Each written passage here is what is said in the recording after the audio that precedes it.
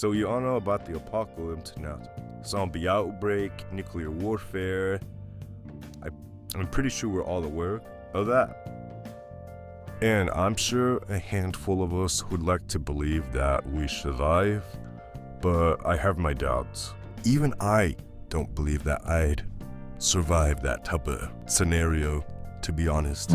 So I'll basically just be covering up why you wouldn't and all that. This is sort of just a rant, I'd say. And realistically, zombies would be either aggressive towards humans and would decay and rot over the span of weeks and eventually just die out.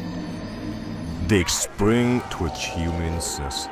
Like I said, they're really aggressive and they have a bad odor and they're very infectious as well. That's one of the reasons why I believe a lot of humans wouldn't survive. So let's cover the first few hours of the outbreak.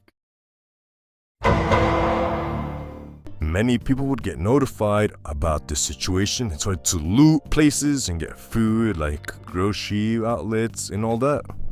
A lot of people would fight over food and then just loot other people in general. Many people would die in those first few hours because of that. And many people wouldn't loot gun stores or places with survival gear, a lot of things for emergencies. So for example, I live in America, so I go to like a Bass Pro. They have a lot of guns, they have a lot of survival equipment that I would use in that situation.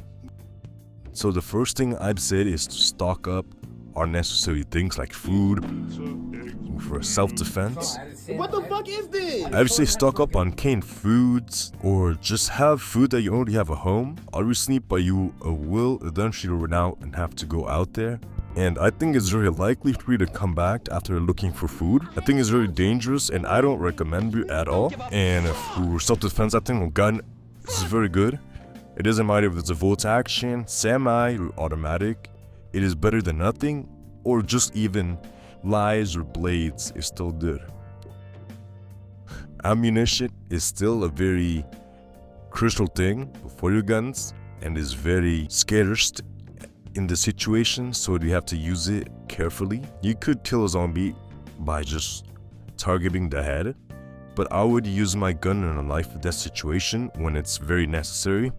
And if not, I'd use like a long blade, tape it onto a stick and make it to a spear and have that wide range of control. But if you already have weaponry as guns and knives, they're free. That's really good in this situation, but that doesn't mean you're gonna survive like years and years and years in this situation. Knowledge is very crucial for the apocalypse. A lot of people don't really look upon that, but it's very necessary. I say it's best to be in a group of people to survive, but the more people, the more supplies in you. So I'd keep it at max 4 people, I'd say, with a family or however you want, but supplies will run out fast and that's very necessary as well. You could relocate to other places. It's very dangerous, but if you have a safe place to go to, that's good. You could stay at home, but you eventually have to move. And going to the streets in general, I say is very dangerous. It's not just zombies. You have to be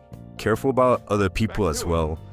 They will potentially loot you for your supplies, even kill you. People would go to drastic measures just to survive, so you have to be very careful about that as well. Obviously, the government will try to fix this problem, probably send out military personnel. And in a lot of movies, military camps that eventually just get destroyed and overrun by zombies. I don't know what risk be happen, but that's up to you if you want to stay out of camp with military personnel. Not for knowledge, I didn't cover it, sorry. But basically, basic camping knowledge is giving what you've learned for the outside, what's good and what's bad. Like how to start a fire, how to patch up a wound. Those are very useful and necessary skills when an outbreak happens. My free trial ended for a rap, so I have to use this voice now. Now we're gonna talk about gear. You do not need 30 pounds of tactical gear to survive. A big backpack and being able to pack is good enough. You don't need a Kevlar plate chest carrier, although it could be useful. I'd recommend a harness with a backpack is good to move out in emergencies. Things you'd need are a water filtration system, a flint striker, maybe a map, if you have one, multi-tool, and more that I won't cover. You don't need to bring your whole house with you when moving. You could use a car as well, but in this scenario, use an electric car since they're quiet, and when it's necessary, use a gas car. At some point you will have to kill another survivor if you'd like, but don't try to be the hero. This isn't a movie. Think with your head and stop daydreaming about becoming a hero for your own sake. I doubt many people will survive a long time because our little knowledge about survival and how careless we are sometimes. Especially teens who think can roam the streets without a care in the world. I hate to break it to you, but in this situation be with an adult. Now, geographical location. If you are in a cramped city, for example, New York, Jersey, or any city like that, death is certain to come upon you. If your city or town has under 50,000 residents, then you have a higher rate of survival. And according to the University of Leicester epidemiological study, studies say around 90% of the population will be infected in just 100 days. I don't want to shatter your dreams that you'll be a free soul in the zombie outbreak, but you will likely die. That's all I have to cover. Please suggest and other scenarios if you'd like.